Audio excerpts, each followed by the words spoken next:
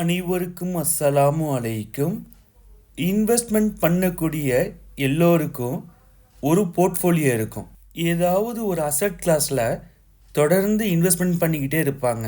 அப்படி இன்வெஸ்ட்மெண்ட் பண்ணிக்கிட்டு இருக்கிறதுனால நமக்கு திடீர்னு பணம் தேவைப்படும் போது அந்த இன்வெஸ்ட்மெண்ட்லேருந்தே நம்ம வெளியேற முடியாது. காரணம் என்னன்னாக்க அந்த இன்வெஸ்ட்மெண்ட்டில் லிக்விடிட்டி இருக்காது. நம்மளுடைய இன்வெஸ்ட்மெண்ட்டை டைவர்ஃபிகேஷன் பண்ணி இன்வெஸ்ட்மெண்ட் பண்ணுறதுனால நமக்கு வரக்கூடிய நஷ்டத்தை தவிர்த்து அதிக லாபத்தை பெறுவது எப்படி, எதில் எவ்வளவு முதலீடு செய்யலாம், அசட் அலோகேஷன் அப்படின்னா என்ன, அசட் அலோகேஷனை பற்றி ஃபுல் டீட்டெயில்ஸாக பார்க்கலாம். அசட் அலோகேஷன் அப்படின்னா என்னன்னா, நம்மளுடைய முதலீட்டை ஒரே அசட் கிளாஸில் முதலீடு செய்யாமல் ஒன்றுக்கு மேற்பட்ட அசட் கிளாஸில் சரியான விகிதத்தில் முதலீடு செய்வதனால நம்மளுடைய முதலீடு பாதுகாப்பானதாகவும் அதிகம் லாபம் ஏற்படக்கூடியதாகவும் அதே போல் அதிக நஷ்டத்தை தவிர்த்து நம்மளுடைய இன்வெஸ்ட்மெண்ட் கோலை அச்சீவ் பண்ணுறது தான் அசட் அலோகேஷன் அப்படின்னு சொல்கிறது. இதை ஒரு உதாரணத்தோடு பார்ப்போம். ஒரு பேஸ்கெட்டில் எல்லா முட்டையும் ஒன்றா வைக்கிறதுனால அந்த பேஸ்கெட்டில் உள்ள ஒரு முட்டை உடைஞ்சாலும் பேஸ்கெட்டில் உள்ள எல்லா முட்டையும் உடையிறதுக்கான வாய்ப்பு இருக்குது. அதனால் ஒரு பேஸ்கெட்டில் முட்டையை வைக்காமல் 3 பேஸ்கெட்டில் முட்டையை பிரித்து வைக்கிறதுனால ஒரு பேஸ்கெட்டில் உள்ள முட்டை உடைஞ்சாலும் 2 பேஸ்கெட்டில் உள்ள முட்டை சேஃபாக இருக்கும். அதே போல் தான் நம்மளுடைய இன்வெஸ்ட்மெண்ட்டை ஒரே அசட் கிளாஸில் இன்வெஸ்ட்மெண்ட் பண்ணாமல் அதை பிரித்து ஒன்றுக்கு மேற்பட்ட அசட் கிளாஸில் இன்வெஸ்ட்மெண்ட் பண்ணுறதுனால நமக்கு ஏற்படக்கூடிய நஷ்டத்திலிருந்து பாதுகாத்து அதிக லாபம் கிடைக்கிறதுக்கு வாய்ப்பு இருக்குது. சரியாக முறையில் இன்வெஸ்ட்மெண்ட் பண்ணுறதுக்கு என்ன அசட் கிளாஸஸ் இருக்குது அப்படின்னாக்க 3 அசட் கிளாஸஸ் இருக்குது. 1 ரியல் எஸ்டேட்டு, 2 கோல்டு, 3 ஸ்டாக் மார்க்கெட்டில் ஷேர்ஸ் ஆர் மியூச்சுவல் ஃபண்ட். இதில் 3லேயும் நம்ம இன்வெஸ்ட்மெண்ட் பண்ணுறதுனால நம்மளுடைய போர்ட்ஃபோலியோ டைவர்ஃபிகேஷனாக இருக்கும்.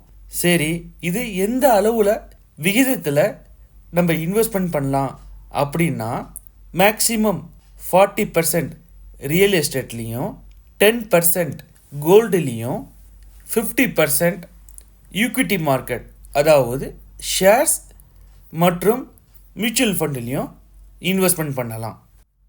இப்படி இன்வெஸ்ட்மெண்ட் பண்ணுறதுனால நம்மளுடைய போர்ட்ஃபோலியோ டைவர்ஃபிகேஷன் ஆகிறதுனால நமக்கு சில அசட் கிளாஸஸ் நல்ல ப்ராஃபிட் கொடுக்கலனாலும் அடுத்த அசட் கிளாஸஸ் நல்ல ப்ராஃபிட் கொடுக்கும்.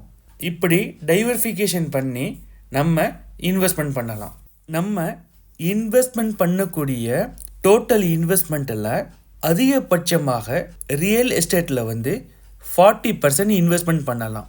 அதுக்கான காரணம் என்னன்னா, நம்மளுடைய முன்னோர்கள் முதலீடு செய்வதற்கு ஒரு அழகான வழிமுறையை வகுத்து கொடுத்துருக்குறாங்க.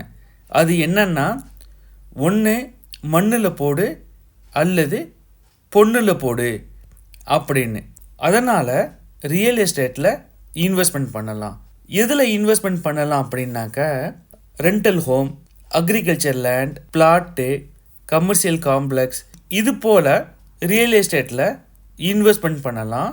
இது மாட்ரேட் ரிட்டர்னாக 10 to 12% வரையும் ப்ராஃபிட்டை கொடுக்கும். இதில் உள்ள ஒரே மைனஸ் பாயிண்ட் என்னன்னாக்க இதில் லிக்விடிட்டி கிடையாது. காரணம் என்னன்னாக்க உங்களுக்கு எமர்ஜென்சியாக ஃபண்டு தேவைப்படும் போது இதை உடனே விற்க முடியாது. இதுக்கு மினிமம் 6 month ஆச்சும் ஆகும் இதை சேல் பண்ணுறதுக்கு. நமக்கு தேவைப்படும் போது உடனே லிக்விடிட்டி இதில் கிடைக்காது. அதனால் நல்ல நேரம் பார்த்து டைமிங்கை பார்த்து நம்ம இதை விற்று இதோடைய ப்ராஃபிட்டை புக் பண்ணணும். அதனால் அதிகபட்சம் 40% நீங்கள் இன்வெஸ்ட்மெண்ட் பண்ணலாம். அடுத்தது என்னன்னாக்க கோல்டு இன்வெஸ்ட்மெண்ட். நம்ம முன்னோர்கள் சொன்னது போல் பொண்ணில் போடு அல்லது மண்ணில் போடு, அதே ஸ்ட்ராட்டஜி தான் கோல்டில் இன்வெஸ்ட்மெண்ட் பண்ணுறது. கோல்டுடைய ரிட்டர்ன் வந்து ரொம்ப அதிக ரிட்டர்ன் கொடுக்காது. நம்மளுடைய இன்ஃப்ளேஷனை பீட் பண்ணி 1% 2% அதிகபட்சமாக அதுதான் வந்து ரிட்டர்னை கொடுக்கும். ஆனால் இது ரொம்ப பாதுகாப்பான முதலீடு. எந்த கோல்டில் இன்வெஸ்ட்மெண்ட் பண்ணலாம் அப்படின்னாக்க, நம்ம ஃபிசிக்கல் கோல்டில் வந்து இன்வெஸ்ட்மெண்ட் பண்ணலாம், இல்லைன்னா கோல்டு பீஸில் வந்து இன்வெஸ்ட்மெண்ட் பண்ணலாம். இதில் நல்ல லிக்விடிட்டி இருக்கிறதுனால நமக்கு தேவைப்படும் போது இதை விற்று உடனே ஃபண்டை ரைஸ் பண்ணலாம். ஃபிசிக்கல் கோல்டில் இன்வெஸ்ட்மெண்ட் பண்ணுறதுனால நம்மள்கிட்ட இருக்கக்கூடிய ஃபிசிக்கல் கோல்டை வந்து பைத்துல் மாலில் வட்டியில்லா கடன் மூலமாக நம்மளுடைய கோல்டை வந்து பிளட்ஜ் பண்ணி நம்ம பணத்தை வந்து கடனுக்கு வாங்கிக்க முடியும். நம்மளுடைய வியூவர்ஸ் அடிக்கடி கேட்கக்கூடிய கேள்வி என்னன்னாக்க, சாவர்கியன் கோல்டில் வந்து இன்வெஸ்ட்மெண்ட் பண்ணலாமா அப்படின்னு. சாவர்கியன் கோல்டை பொறுத்த வரையும் இயர்லி 2.5% வந்து இன்ட்ரெஸ்ட் கொடுக்குறாங்க. அதனால் இது சரியாக இன்வெஸ்ட்மெண்ட் கேட்டகரியில் வராது. இதில் இன்வெஸ்ட்மெண்ட் பண்ணுறத நம்ம தவிர்த்துக்கணும். அடுத்ததாக நம்மளுடைய இன்வெஸ்ட்மெண்ட் டோட்டல் அமௌண்ட்டில் 50% வரையும் ஈக்விட்டி மார்க்கெட்டில் டைரக்ட் ஸ்டாக்காகவோ அல்லது ஷரியா கம்ப்ளைண்ட் மியூச்சுவல் ஃபண்டு மூலமாகவோ நம்ம இன்வெஸ்ட்மெண்ட் பண்ணலாம். இதில் இன்வெஸ்ட்மெண்ட் பண்ணுவதற்கான காரணம் என்னன்னாக்க, அதிக லிக்விடிட்டியும் இருக்கிறதுனால நமக்கு தேவைப்படும் பொழுது பணத்தை வந்து மேக்ஸிமம் வித்தின் 2 டேஸில் வந்து ஸ்டாக்கை விற்றுட்டு மியூச்சுவல் ஃபண்டை ரிடீம் பண்ணி நமக்கான பணத்தை வந்து பெற்றுக்கொள்ள முடியும். அடுத்ததாக இது 12%லேருந்து 15 or 18% வரையும் ப்ராஃபிட்டு கொடுக்கும். இந்த 3 அசட் கிளாஸஸில் வந்து நம்மளுடைய இன்வெஸ்ட்மெண்ட்டை வந்து அதிகப்படியாக வளர்க்கக்கூடிய இன்வெஸ்ட்மெண்ட் வந்து ஸ்டாக் இன்வெஸ்ட்மெண்ட்டு தான். இதுவும் அதிக வொலாட்டிலிட்டி இருக்கக்கூடியதுனால நம்மளுடைய மொத்த இன்வெஸ்ட்மெண்ட்டு இதில் இன்வெஸ்ட்மெண்ட் பண்ணாமல் நம்ம இன்வெஸ்ட்மெண்ட் பண்ணக்கூடிய அமௌண்ட்டில் வந்து 50% இதில் ஷரியா கம்ப்ளைண்ட் ஸ்டாக்கை தேர்ந்தெடுத்து இன்வெஸ்ட்மெண்ட் பண்ணலாம். அல்லது ஷரியா கம்ப்ளைண்ட் மியூச்சுவல் ஃபண்ட் 2 இருக்குது. ஒன்று ஷரியா கம்ப்ளைண்ட் டாடா எத்திக்கல் ஃபண்ட், மற்றொன்று ஷரியா கம்ப்ளைண்ட் டாரஸ் எத்திக்கல் ஃபண்ட். இதுலேயும் நீங்கள் இன்வெஸ்ட்மெண்ட் பண்ணலாம். எதில் இன்வெஸ்ட்மெண்ட் பண்ணுறதாக இருந்தாலும் உங்களுடைய ஃபினான்ஷியல் அட்வைசரை கன்சல்ட் பண்ணிவிட்டு இன்வெஸ்ட்மெண்ட் பண்ணுங்கள். இது ஒரு எஜுகேஷ்னல் பர்பஸ் வீடியோ.